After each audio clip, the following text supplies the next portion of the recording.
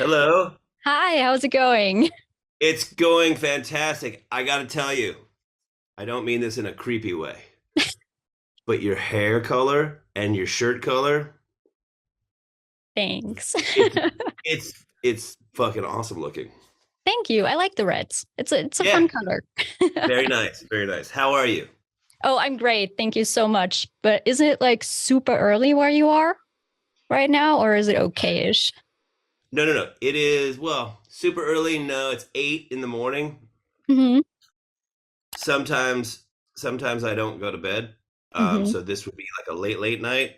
But Mm-hmm. in this case, I did go to bed fairly early last night, and I woke up at 5 o'clock this morning. Oh, damn. That's Five like o'clock so with early. no alarm, no reason. It just happens. Damn. I would be so tired, but at least you're awake now, so I'm that's ready to great. rock. I'm excited to be here. Awesome. And then, talking about rocking, you have a new album coming out, which is super exciting. And I had a listen. I'm blown away. Literally, it's so great.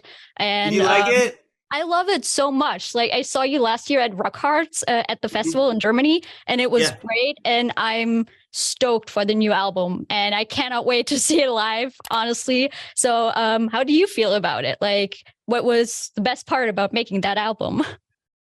Okay, well, the first part of the question, incredibly proud of this record. I would say I'm the proudest of this record. That I mean, I'm proud of all the stuff we've done, but this one was special because it was completely done by the band.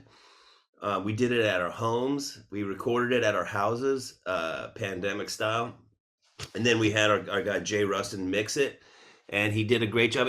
And it sounds to me like I mean, for lack of a better term, an expensive record. It sounds like a really well done record. Sonically, the songs feel great to me.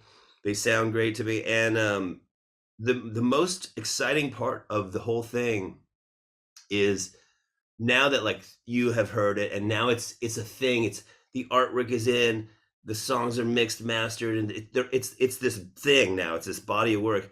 I'm the most proud of the fact that we we did this ourselves. Like, I mean, we pulled in some people like Jay Rustin and Mike Plotnikoff recorded the drums with us, but like this is it's our this is our baby that we made from scratch. We didn't go to a studio and do it. You know, a lot of places it was very homegrown. Mm. Yeah, but it's like it's so good, and you can feel the power and like how you were involved in that album, really. So is there like any song you had like the most fun with, or anything like that was really exciting about this? You know, so magical vagina. Hmm. I feel like when we were recording that, and the chorus it goes your vagina, uh, all we kept doing, we kept laughing because we kept imagining Download Festival, Vakken, 90,000 people going, your vagina.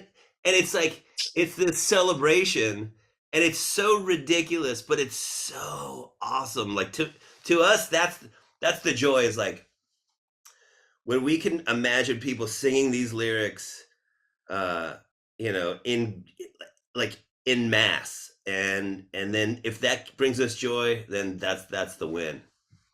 Yeah, absolutely. Like all like basically I just went through the titles of the album and I was like, yeah, all of that, like all of it. But like I personally really liked on your Instagram, which I thought was hilarious. So I was wondering, is there a story where something like this happened to one of the members, or is it just like the general phenomena? I think well, it has happened to one or more of the members, but I think just in general, people scroll and they see things that aren't real. They see like staged setup. Ooh, this is my life. This is awesome. And it's that it really is kind of. I mean, I know we're not a social commentary band by any means. We sing about partying and getting laid. But it really is funny uh, how common that experience I think is. I'm sure you've been on Instagram and you're like, oh my God, that person is really attractive. And then when you catch a real glimpse of them, you're like, oh. And it's not only the physical, but sometimes if you meet somebody online and then you meet them in real life, you're like, oh God, what a dick. You know, it's just that catfish, that bait and switch, and Mhm. we just I don't know if I'm allowed to tell you, but we just shot a video for that song. Ooh. It's really good. I'm Like I'm very excited about that because like all your videos are like 10 out of 10. So thank you very much. You know, we just shot 2 more videos. I don't know if this isn't live, is it? no. Okay, I don't know if we're announcing that song, but I can tell you for sure we just shot 2 more videos. So that'll be 4 videos before the record comes out, and honestly, I I'm really the videos, they're so fun. Each video, you're gonna dig them. You're gonna dig them. I'm sure of it. Like I've yet to see a video I don't like from you. So I'm ready. That's awesome. For like personal reasons, I gotta ask, you just announced or you recently announced your UK tour. So are you gonna come more to Europe? Like, is there any chance to see you in Germany or around there? We have a couple things in the pipeline that I cannot divulge at this time because my band and my our booking agents would shoot me in the foot. But there are going to be some possible Panther sightings in Germany, and or Europe, but more specifically, I believe in Germany. So there will be some of that. And you know, we just like you said, we just did those festivals. We did a lot of European festivals and some shows in between. So it was a fairly decently large Euro tour for us.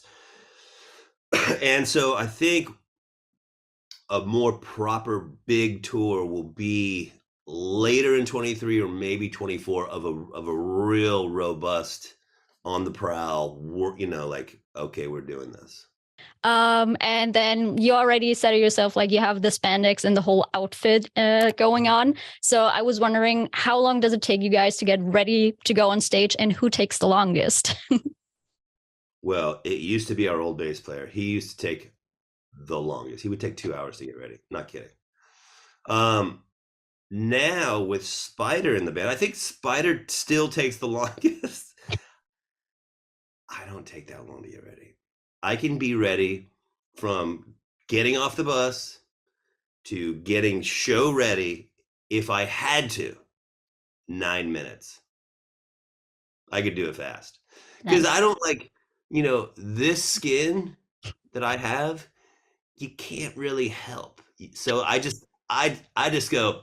I own it. I just go. This is the skin you got. I'm not putting the foundation on. I'm putting a little guy liner on.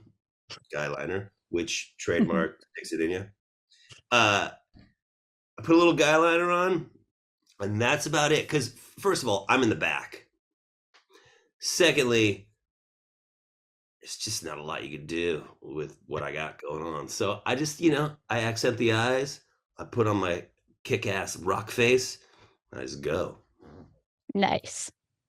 And you just mentioned Spider, who's, Mhm. well, I want to say new in the band, but you've known each other for like a long time. So I was wondering, was that transition for him into the band like easy, or did it take some time for him to get adjusted, or how did that whole thing go? You know, funnily enough, we had tried out a bunch of people, and Spider was doing his other stuff, and you know, we had mentioned it to him, you know, when Lexi had left, and it just the timing wasn't right. So when he eventually did get into the band, it was like we've all played together in different bands, like we all kind of sort of grew up musically together for the last 30 years, and so for him to be in the band, it felt very very normal, very natural, easy. He's you know, with other guys we tried out, because us three have such a long history, we're like a married threesome and triplet brothers at the same time, which is really weird. when you introduce someone new to that, it's always three and then the one guy. And then everybody's trying to get comfortable, but it's weird. When Spider came in, it was just four brothers. Boom. And because we all knew each other already, there was no adjustment period. And he's the best bass player out of everybody we've tried. He's Mm. so good. He's so solid. It's awesome. We've never sounded better.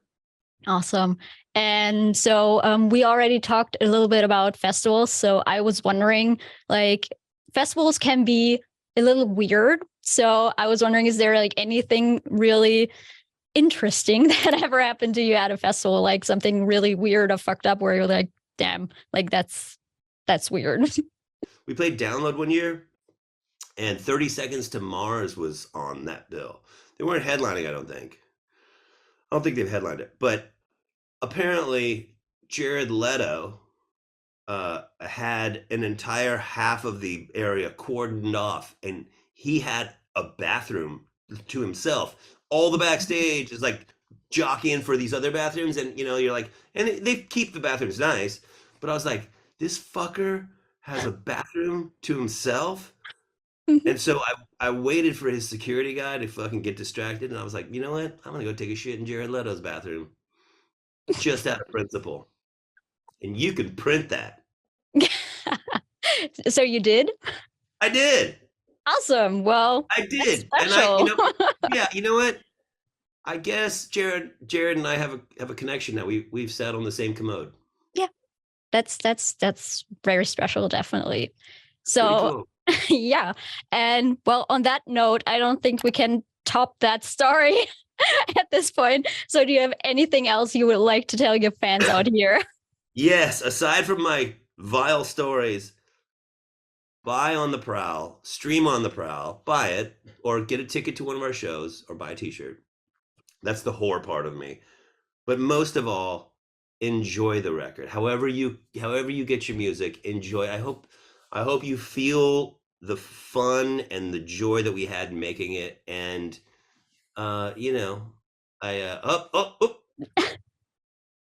someone's gonna get a talking to.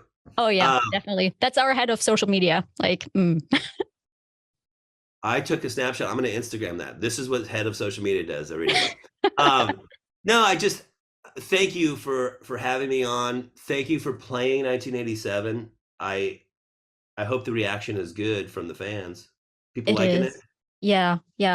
Like people love it. We play it a lot. Like we have this one category where you can make a wish which song you want to listen to, and it comes in a lot, like daily. Really? Yeah. Like, you don't know what that means. Like, that means a lot to me. So thank you for that. Thank you for supporting us. And thank you for having me on. I enjoyed it. Awesome. Well, thank you so much for taking the time. This was real fun. And I hope that maybe when you come back to Germany, that I'm ready and I can be there. I love it. I hope you come and we'll have a beer. And thank you so much again. I appreciate it. Thank you so much. Have a good day. Bye-bye. Bye-bye.